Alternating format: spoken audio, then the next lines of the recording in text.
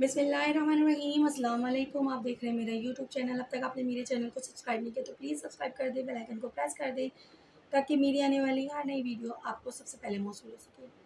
پچھلی ویڈیو کا ہم نے اختتام کیا تھا نبی پاک صلی اللہ علیہ وآلہ وسلم کے فرمان پر کہ علی مجھ سے ہے اور میں علی سے۔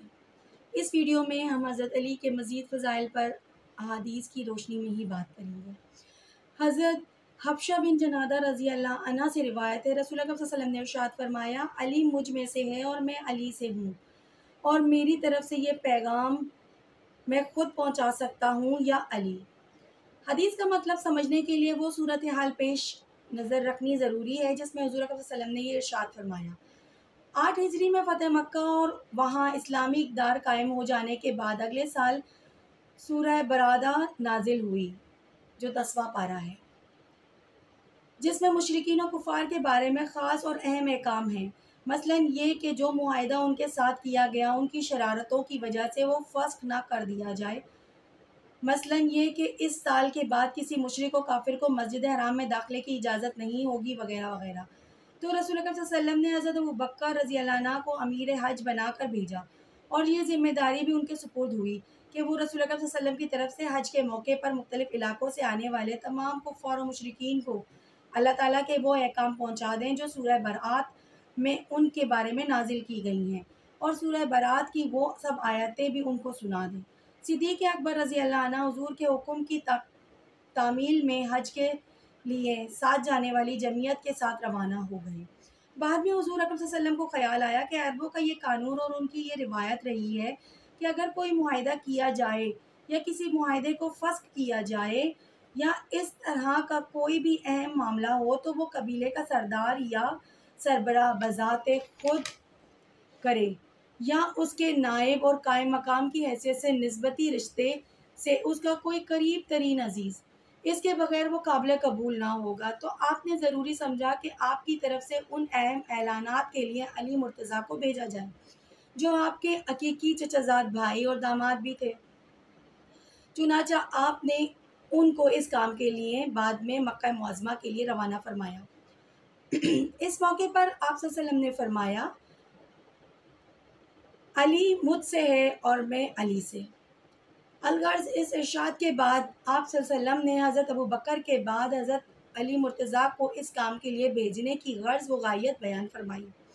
پھر جب حضرت علی مرتضیٰ جا کر صدیق اکبر سے مل گئے تو انہوں نے دریافت فرمایا کہ آپ امیر کی حیثیت سے بھیجے گئے ہیں یا مامور کی حیثیت سے؟ تو حضرت علی نے فرمایا، میں امیر کی حیثیت سے نہیں، مامور کی حیثیت سے آیا ہوں۔ امیر آپ ہی ہیں اور میں خاص طور سے اس غرض سے بھیجا گیا ہوں، یہ جو کچھ ہوا جانب اللہ ہوا۔ اگر آن حضرت صلی اللہ علیہ وسلم شروع ہی میں حضرت علی کو امیر حج کی حیثیت سے روانہ فرماتے تو اس غلط فہمی ہو سکتی تھی۔ حضرت نبی کریم صلی اللہ علیہ وآلہ وسلم کے بعد آپ کی خلافت کے اولین حقدار حضرت علی مرتضیٰ ہیں۔ امت کو اس غلط فہمی سے بچانے کے لیے اللہ تعالیٰ کی طرف سے آن حضرت صلی اللہ علیہ وسلم کے قلب میں ڈالا گیا کہ امیر حج بنا کر ابوبکر کو روانہ کریں۔ بعد میں حضور کے قلب میں وہ بات ڈالی گئی جس کی وجہ سے حضور اکرم صلی اللہ علیہ وسلم نے علی کو بھیجنا ضروری سمجھا۔ اللہ تعالیٰ نے اس طرح امت میں رہنمائی فرمائی۔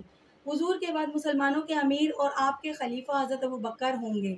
یہ بالکل اسی طرح ہوا جس طرح آن حضرت صلی اللہ علیہ وسلم کے مرض وفات میں جب آپ خود مسجد جا کر امامت کرنے سے معذور ہو گئے تو آپ کے قلب میں مبارک میں اللہ تعالیٰ کی طرف سے ڈالا گیا کہ اپنی جگہ ابوبکر کو نماز کا امام مقرر فرما دیں۔ حضرت عبداللہ بن عمر رضی اللہ عنہ سے روایت ہے، رسول اللہ صلی اللہ علیہ وسلم نے ہجرت کے بعد مدینہ طیبہ آ کر اپنے اصحابہ میں مواخذہ قائم فرمایا، یعنی صحابہ میں سے ہر ایک کو کسی دوسرے کا بھائی بنا دیا۔ تو حضرت علی آئے، اس حال میں رنج و غم سے ان کی آنکھوں سے آنسو جاری تھے۔ عرض کیا کہ آپ نے اپنے تمام اصحابہ کے درمیان مواخذہ کا رشتہ فرما دیا، میرے اور کسی دوسرے کے درمیان آپ نے مواخذہ نہیں فرمایا، یعنی مجھے کسی کا اور کسی کو میرا بھائی نہیں بنایا۔ تو رسول اللہ صلی اللہ علیہ وسلم نے ارشاد فرمایا، تم میرے بھائی ہو دنیا میں بھی اور آخرت میں بھی۔ رسول اللہ صلی اللہ علیہ وسلم اور آپ کے صحابہ کرام جب ہجرت فرما کر مدینہ آئے، یہ آنے والے مہاجرین مختلف قبیلوں اور مختلف مقامات کے تھے، تو آن حضرت صلی اللہ علیہ وسلم نے مہاجرین اور انصار کے درمیان مواخذہ کا نظام قائم فرمایا، یعنی دو صحابیوں کا ایک جوڑا بنا کر ان کو ایک دوسرے کا بھائی قرار دے دیا تاکہ ایک دوسرے کے دکھ درد میں اور ضرورت میں حقیقی بھائی کی طرح کام آئیں اور کسی کو تنہائی اور بے کسی کا احساس نہ ہو۔ حضرت انس رضی اللہ عنہ سے روایت ہے کہ رسول اللہ صلی اللہ علیہ وسلم کے پاس کھانے کے لیے بھنا ہوا پکا ہوا ایک پرندہ تھا۔ آپ نے دعا فرمائی، اے اللہ تو میرے پاس بھیج دے اپنے ایسے بندے کو جو تیری مخلوق میں تجھ کو سب سے زیادہ محبوب اور پیارا ہو، جو اس پرندے کے کھانے میں میرے ساتھ شریک ہو جائے۔ تو آ گئے حضرت علی، چنانچہ آپ کے ساتھ اس پرندے کو کھانے میں شریک ہو گئے۔ حضرت علی رضی اللہ عنہ سے روایت ہے، رسول اللہ صلی اللہ علیہ وسلم نے ارشاد فرمایا، میں حکمت کا گھر ہوں اور علی اس کا دروازہ۔ حضرت ام عطیہ انصاریہ رضی اللہ عنہ سے روایت ہے، رسول اللہ صلی اللہ علیہ وسلم نے ایک لشکر کسی مہم پر روانہ فرمایا جس میں علی ابن طالب بھی تھے۔ کہتی ہیں، میں نے رسول اللہ صلی اللہ علیہ وسلم کو یہ دعا کرتے سنا اس حال میں کہ آپ صلی اللہ علیہ وسلم دعا کے لیے ہاتھ اٹھائے ہوئے تھے کہ اے اللہ مجھے اس وقت تک دنیا سے نہ اٹھا تاکہ مجھے علی کو دکھا دے۔ جامع ترمذی۔ حضرت علی رضی اللہ عنہ سے روایت ہے، رسول اللہ صلی اللہ علیہ وسلم نے اپنے دونوں نواسوں حسن اور حسین کا ہاتھ پکڑا اور فرمایا، جس نے مجھ سے محبت کی اور ان دونوں سے اور ان کی والدہ اور والد علی اور سیدہ فاطمہ سے محبت کی تو وہ قیامت کے دن جنت میں میرے درجے میں میرے ساتھ ہوگا۔ حضرت انس رضی اللہ عنہ بیان فرماتے ہیں کہ حضور کا یہ ارشاد سن کر تمام صحابہ ایسے خوش ہو گئے اور اسلام لانے کے بعد انہیں کبھی ایسی خوشی نصیب نہ ہوئی۔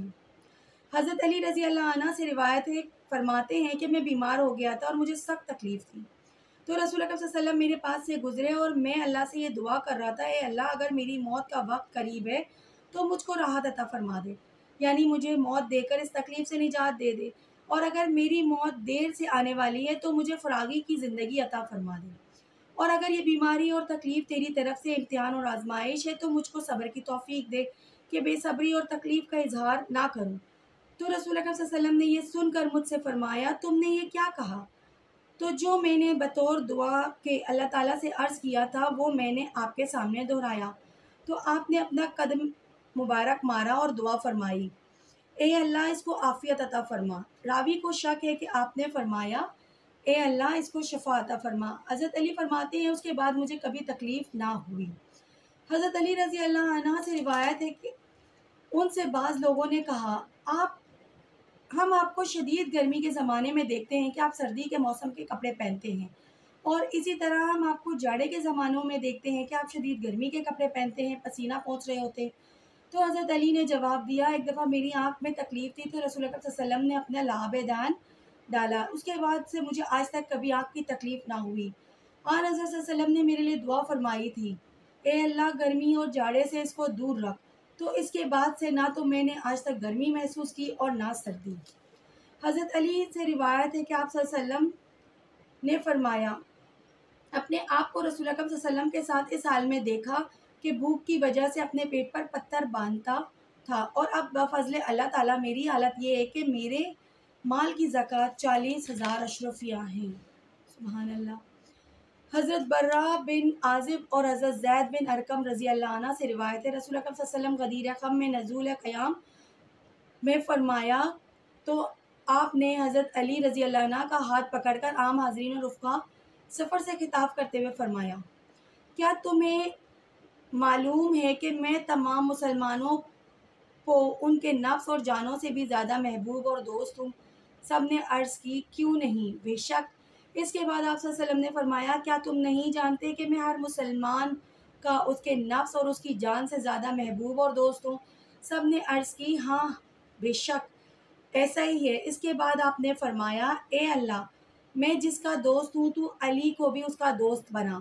اے علی جو تجھ سے دوستی رکھے، اے اللہ جو علی سے دوستی رکھے تو اس سے دوستی فرما، اور جو اس سے دشمنی رکھے تو اس سے دشمنی کا معاملہ فرما۔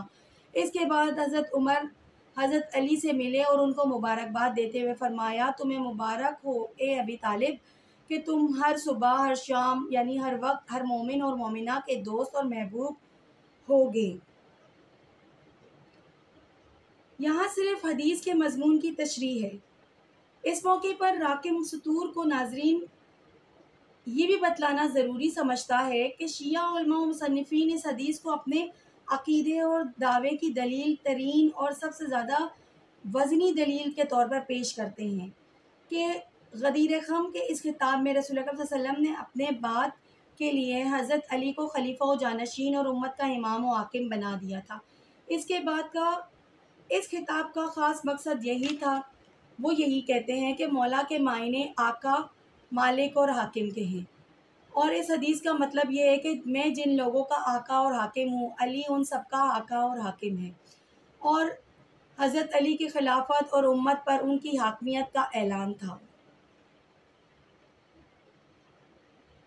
مولا، مالک، سردار، غلام آزاد کرنے والا، آزاد شدہ، انعام دینے والا، جس کو انعام دیا جائے، محبت کرنے والا، ساتھی، حلیف، پڑوسی، مہمان، شریک، بیٹا، چچا کا بیٹا، بھانجا، چچا، داماد، رشتہ دار، ولی، تابع۔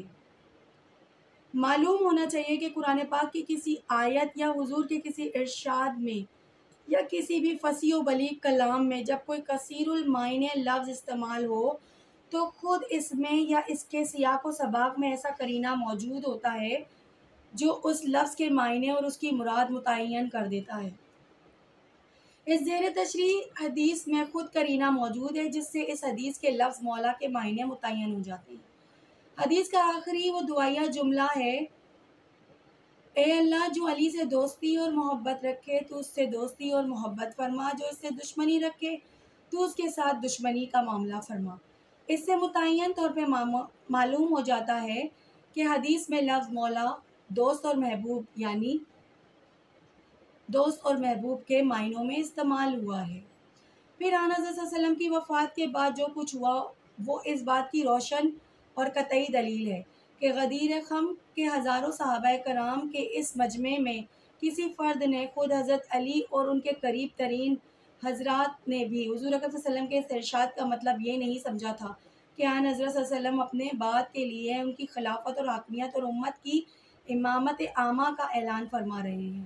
اگر خود حضرت علی مرتضیٰ نے اور ان کے علاوہ جس نے بھی ایسا سمجھا تو ان کا فرض تھا کہ جس وقت خلافت کا مسئلہ طے ہو رہا تھا تو یہ لوگ کہتے کہ ابھی صرف 70 یا 72 دن پہلے غدیر کے موقع پر حضور اکرم صلی اللہ علیہ وسلم نے حضرت علی کو اپنا خلیفہ اور جانشین بنا دیا تھا اور اہتمام سے اس کا اعلان فرما دیا تھا۔ الغرض یہ مسئلہ خود حضور اکرم صلی اللہ علیہ وسلم طے فرما گئے تھے اور حضرت علی کو اپنے بعد کے لیے خلیفہ نامزد فرما گئے تھے۔ اب وہی حضور کے خلیفہ اور آپ کی جگہ امت کے حکمران اور سربراہ ہیں، لیکن معلوم ہے کہ نہ حضرت علی نے یہ بات کی نہ کسی اور نے کی۔ سبھی نے حضرت ابو بکر صدیق کو حضرت رسول اکرم صلی اللہ علیہ وسلم کا خلیفہ اور جانشین تسلیم کر کے بیعت کر لی۔ بلکہ واقعہ یہ ہے کہ اگر شیعہ علماء کی یہ بات مان لی جائے کہ حضور نے غدیر خم کے اس خطبے میں من کنت مولا فعلی المولا فرما کر حضرت علی مرتضیٰ کی خلافت و جانشینی کا صاف صاف اعلان فرما دیا تھا تو معاذ اللہ حضرت علی سب سے بڑے مجرم ٹھہریں گے کہ انہوں نے حضور اکرم صلی اللہ علیہ وسلم کے وصال کے بعد اس کی بنیاد پر خلافت کا دعویٰ کیوں نہیں فرمایا۔ ان کا فرض تھا کہ حضور کی اس تجویز کی تنقید اور اس فرمان و اعلان کو عمل میں لانے کے لیے میدان میں آتے، اگر کوئی خطرہ تھا تو اس کا مقابلہ کرتے۔ یہی بات حضرت حسن رضی اللہ عنہ کے پوتے نے اس شخص کے جواب میں فرمائی تھی جو حضرت علی کے بارے میں بیان کرتا تھا۔ حضور کے ارشاد من کنت مولا فعلی المولا کے بارے میں کہتا تھا۔ اس ارشاد کے ذریعہ آن حضرت صلی اللہ علیہ وسلم نے حضرت علی کو خلیفہ نامزد کیا تو حضرت حسن نے اس شخص سے فرمایا، اگر بات وہ ہے جو تم کہتے ہو کہ اللہ تعالیٰ نے اور اس کے رسول نے علی کو رسول کے بعد خلافت کے لیے منتخب و نامزد فرمایا تھا تو علی سب سے زیادہ خطا کار اور مجرم ٹھہریں گے کہ انہوں نے رسول اکرم صلی اللہ علیہ وسلم کے حکم کی تعمیل نہیں فرمائی۔ اور جب اس شخص نے حضرت حسن سے یہ بات سن کر اپنے عقیدے کی دلیل میں رسول اکرم صلی اللہ علیہ وسلم کے ارشاد من کنت مولا فعلی المولا کا حوالہ دیا تو حضرت حسن نے فرمایا، سن لو، میں اللہ کی قسم کھا کر کہتا ہوں کہ اگر رسول اکرم صلی اللہ علیہ وسلم کا مقصد علی مرتضیٰ کو خلیفہ اور حاکم بنانا ہوتا تو بات آپ صلی اللہ علیہ وسلم اسی طرح صراحت اور وضاحت سے فرماتے جس طرح آپ صلی اللہ علیہ وسلم نے نماز، زکوٰۃ، روزہ، حج کے بارے میں صراحت اور وضاحت سے فرمایا۔ اور صاف صاف یوں فرماتے کہ اے لوگو، یہ علی میرے بعد ولی الامر اور حاکم ہوں گے، لہٰذا تم ان کی بات سننا اور اطاعت و فرما برداری کرنا۔ اس کے بعد یہ بات وضاحت طلب رہ جاتی ہے کہ پھر رسول اکرم صلی اللہ علیہ وسلم کا مقصد ارشاد کیا تھا۔ حضرت علی کے بارے میں اس خطاب میں آپ صلی اللہ علیہ وسلم نے یہ بات کس وجہ سے اور کس غرض سے فرمائی؟ واقعہ یہ ہے کہ آن حضرت صلی اللہ علیہ وسلم نے حجۃ الوداع سے کچھ عرصہ پہلے حضرت علی مرتضیٰ کو قریباً 300 افراد کی جمعیت کے ساتھ یمن بھیجا تھا۔ وہ حجۃ الوداع میں یمن سے مکہ مکرمہ آ کر رسول اکرم صلی اللہ علیہ وسلم سے ملے تھے۔ یمن کے زمانے میں ان چند ساتھیوں کو ان کے بعض اقدامات سے اختلاف ہوا تھا، تو وہ حجۃ الوداع میں شرکت کے لیے ان کے ساتھ مکہ مکرمہ آئے تھے۔ یہاں آ کر ان میں سے بعض لوگوں نے رسول اکرم صلی اللہ علیہ وسلم سے اپنے احساس و خیالات کے مطابق حضرت علی کی شکایت کی تھی۔ دوسرے لوگوں سے بھی ذکر کیا تھا۔ بلا شبہ ان کی یہ بہت بڑی غلطی تھی۔ حضور اکرم صلی اللہ علیہ وسلم سے جن لوگوں نے شکایت کی، حضور نے حضرت علی کا عند اللہ اور دین میں جو مقام و مرتبہ ہے ان کو بتلا کر ان کے اقدامات کی توثیق فرما کر ان کے خیالات کی اصلاح فرما دی، لیکن بات دوسرے لوگوں تک بھی پہنچ چکی تھی۔ شیطان ایسے موقعوں سے فائدہ اٹھا کر دلوں میں کدورت اور تفرقہ پیدا کرتا ہے۔ حضور اکرم صلی اللہ علیہ وسلم کو جب اس صورتحال کا علم ہوا تو آپ صلی اللہ علیہ وسلم نے ضرورت محسوس فرمائی کہ حضرت علی کو اللہ تعالیٰ کی طرف سے محبوبیت اور مقبولیت کا جو مقام حاصل ہے اس سے عام لوگوں کو آگاہ فرما دیں اور اس کے اظہار و اعلان کا اہتمام فرمایا۔ اسی مقصد سے آپ صلی اللہ علیہ وسلم نے غدیر خم کے اس خطاب میں، جس کے لیے آپ صلی اللہ علیہ وسلم نے اپنے تمام رفقائے سفر صحابہ کرام کو جمع فرمایا تھا، خاص اہتمام سے حضرت علی کا ہاتھ اپنے ہاتھ میں لے کر ارشاد فرمایا، من کنتم مولا فعلی المولا، یعنی جس کا میں مولا ہوں اس کا علی مولا ہے۔ اے اللہ، جو علی سے محبت رکھے تو اس سے محبت رکھ، اور جو علی سے بغض رکھے تو اس سے بغض رکھ۔ حضرت علی سے روایت ہے، فرماتے ہیں رسول اکرم صلی اللہ علیہ وسلم نے مجھے قاضی بنا کر یمن بھیجا، یعنی بھیجنے کا فیصلہ فرمایا۔ تو میں نے عرض کی، ہے رسول اللہ، آپ مجھے قاضی بنا کر بھیج رہے ہیں، میں نو عمر ہوں، مجھے قضا کا یعنی نزاعت کا اور مقدمات کا فیصلہ کرنے کا کما کا علم حاصل نہیں ہے۔ تو آپ صلی اللہ علیہ وسلم نے فرمایا، اللہ تعالیٰ تمہارے قلب کی رہنمائی فرمائے گا اور تمہاری زبان کو ثابت رکھے گا، یعنی دل میں وہی ڈالے گا اور زبان سے وہی کہلوائے گا جو صحیح اور حق ہوگا۔ جب تمہارے پاس دو آدمی کسی نزاعی معاملے کا فیصلہ کروانے کے لیے آئیں تو تم معاملے کو پہلے پیش کرنے والے کے حق میں فیصلہ نہ کر دینا، یہاں تک کہ دوسرے فریق کی بات سن لو۔ یہ طریقہ تم کو فیصلہ کرنے میں زیادہ کارآمد ہوگا۔ حضرت علی کا بیان ہے، حضور کی اس تعلیم اور دعا کے بعد مجھے کسی قضائیہ کا فیصلہ کرنے میں شک و شبہ نہیں پیدا ہوا۔ سبحان اللہ۔ کنز الایمان میں مستدرک حاکم نے اسی روایت سے بیان کیا ہے، جب میں نے حضور اکرم صلی اللہ علیہ وسلم کی خدمت میں یہ عرض کی، میں نو عمر ہوں، مجھے نزاعت اور مقدمات کا فیصلہ کرنے کا کوئی قصیر البصیرت علم حاصل نہیں ہے، تو آپ صلی اللہ علیہ وسلم نے اپنا دست مبارک میرے سینے پر رکھا اور دعا فرمائی، اے اللہ، تو اس کی زبان کو ثابت رکھ اور اس کے قلب کو ہدایت عطا فرما۔ آخر میں حضرت علی کا بیان ہے، تو حضور کی اس دعا کے بعد میرے لیے کسی قضائیہ کا فیصلہ مشکل نہیں ہوا۔ حضرت علی مرتضیٰ رضی اللہ عنہ سے روایت ہے، مجھ سے رسول اکرم صلی اللہ علیہ وسلم نے فرمایا، اے علی، تم کو عیسیٰ ابن مریم سے خاص مشابہت ہے۔ یہودیوں نے ان کے ساتھ بغض و عداوت کا رویہ اختیار کیا، یہاں تک کہ ان کی ماں مریم پر بدکاری کا بہتان لگایا، اور نصاری نے ان کے ساتھ ایسی محبت کی کہ ان کو اس مرتبے پر پہنچا دیا جو مرتبہ ان کا نہیں تھا۔ رسول اکرم صلی اللہ علیہ وسلم کا یہ ارشاد نقل کرنے کے بعد حضرت علی نے فرمایا، بے شک ایسا ہی ہوگا، دو طرح کے آدمی میرے بارے میں ہلاک ہوں گے، ایک محبت میں غلو کرنے والا جو میری وہ بڑائیاں بیان کرے گا جو مجھ میں نہیں ہوگا، دوسرا بغض و عداوت میں حد کرنے والا جن کی عداوت ان کو اس پر آمادہ کرے گی جو وہ مجھ پر بہتان لگائیں گے۔ مسند احمد۔ حضرت صہیبہ رضی اللہ عنہ سے روایت ہے، رسول اکرم صلی اللہ علیہ وسلم نے حضرت علی سے ایک دن فرمایا، بتلاؤ اگلی امتوں میں سب سے زیادہ شقی و بدبخت کون تھا؟ تو حضرت علی نے عرض کی، ہے رسول اللہ، رسول خدا صلی اللہ علیہ وسلم، قوم شمود کا وہ بدبخت آدمی جس نے اس اونٹنی کو چین کاٹ کر اس کو مار ڈالا تھا، جس کو حضرت صالح کے معجزے کے طور پر اللہ تعالیٰ نے پتھر کی چٹان سے پیدا فرمایا تھا۔ یہ جواب سن کر رسول اکرم صلی اللہ علیہ وسلم نے فرمایا کہ تم نے سچ اور ٹھیک بتایا، اب بتاؤ بعد کے لوگوں میں سب سے زیادہ شقی اور بدبخت کون ہوگا؟ انہوں نے عرض کی مجھ کو اس کا علم نہیں۔ رسول اکرم صلی اللہ علیہ وسلم نے حضرت علی کے سر کے اگلے حصے کی طرف اشارہ کر کے فرمایا، انتہائی بدبخت اور سب سے زیادہ شقی وہ ہوگا جو تلوار سے تمہاری اس گردن کو یعنی اس جگہ پر ضرب لگائے گا، داڑھی خون سے رنگ دے گا۔ تو حضرت علی حضور کے اس ارشاد کی بنا پر اپنی داڑھی پکڑ کر فرمایا کرتے تھے، اے عراق والوں، میں آرزو مند ہوں اور چاہتا ہوں کہ تم میں سے کوئی شقی و بدبخت ترین آدمی میری اس داڑھی کو رنگ دے، میری اس پیشانی سے کے خون سے۔ قرآن مجید کے آخری پارے کہ سورہ شمس کی آخری آیت میں حضرت صالح کی قوم سمود کی بدترین کافرانہ سرکشی کا ذکر کیا گیا ہے۔ ان آیتوں میں اس شخص کو شقی یعنی انتہائی درجے کا شقی اور بدبخت فرمایا گیا ہے جس نے اس اونٹنی کو مار ڈالا تھا جس کو اللہ تعالیٰ نے حضرت صالح کے معجزے کے طور پر پیدا فرمایا تھا۔ حضرت علی نے حضور کی دریافت فرمانے پر انہیں آیت کی روشنی میں عرض کیا، اگلی امتوں کا انتہائی درجے کا شقی و بدبخت وہ تھا جس نے اس ناکے کو مار ڈالا تھا۔ عاجز ارقم کا خیال ہے کہ حضرت علی سے حضور اکرم صلی اللہ علیہ وسلم کا یہ سوال دراصل تحمید تھا، اس پیشگوئی کی جو آپ صلی اللہ علیہ وسلم نے حضرت علی سے خود انہی کے بارے میں فرمائی تھی۔ حضرت مصطفیٰ صلی اللہ علیہ وسلم نے اپنے اس ارشاد کے ذریعے حضرت علی کی شہادت کی پیشن گوئی کی تھی۔ حضرت علی کی شہادت کا واقعہ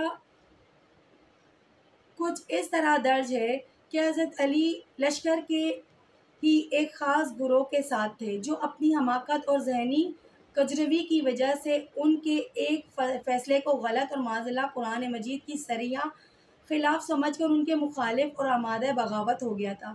ان کی تعداد کئی ہزار تھی۔ پھر حضرت علی مرتضیٰ کی افہام و تفہیم کے نتیجے میں ان میں سے ایک خاص تعداد راہ راست پر آ گئی، لیکن ان کی ایک بڑی تعداد اپنی گمراہی پر قائم رہی، قتل و قتال پر آمادہ ہو گئی۔ بلاخر حضرت علی کو ان کے خلاف طاقت استعمال کرنی پڑی۔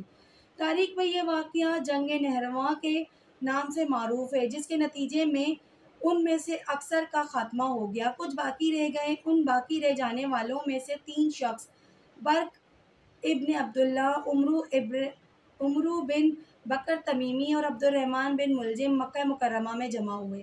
انہوں نے صورتحال پر تبادلہ خیال کیا اور نتیجے پر پہنچے کہ سارا فتنہ ان لوگوں کی وجہ سے جن کے ہاتھوں میں حکومت ہے، ان کو کسی طرح ختم کر دیا جائے۔ اس سلسلے میں انہوں نے 3 حضرات کو متعین طور پر نامزد کیا، حضرت امیر معاویہ، حضرت عمرو بن العاص، حضرت علی مرتضیٰ۔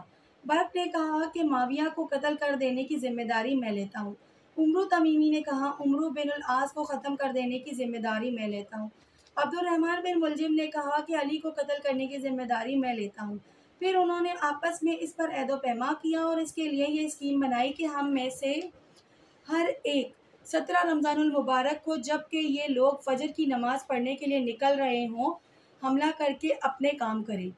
اس دور میں نماز کی امامت خلیفہ وقت یا ان کے مقرر کیے ہوئے امیر ہی کرتے تھے۔ اپنے بنائے ہوئے اس پروگرام کے مطابق برق ابن عبداللہ حضرت معاویہ کے دارالحکومت دمشق روانہ ہو گئے۔ عمرو تمیمی مصر کی طرف، جہاں کے امیر و حاکم حضرت عمرو بن العاص تھے، اور عبد الرحمن بن ملجم حضرت علی کے دارالحکومت کوفے کے لیے روانہ ہو گئے۔ 17 رمضان کی فجر کی صبح نماز پڑھانے کے لیے حضرت امیر معاویہ تشریف لے جا رہے تھے۔ برق نے تلوار سے حملہ کر دیا۔ حضرت معاویہ کو کچھ محسوس ہو گیا، انہوں نے دوڑ کر اپنے آپ کو بچانا چاہا، پھر بھی برق کی تلوار سے ان کی ایک سرین پر گہرا زخم آ گیا۔ برق کو گرفتار کر لیا گیا اور اس کے بعد قتل کر دیا گیا۔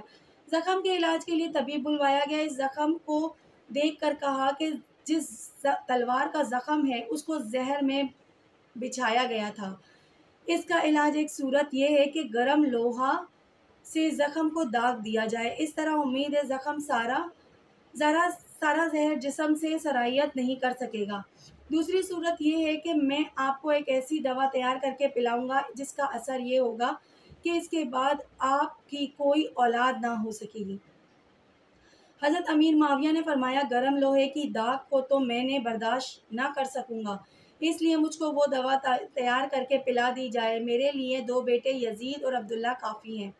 ایسا ہی کیا گیا اور حضرت معاویہ صحتیاب ہو گئے۔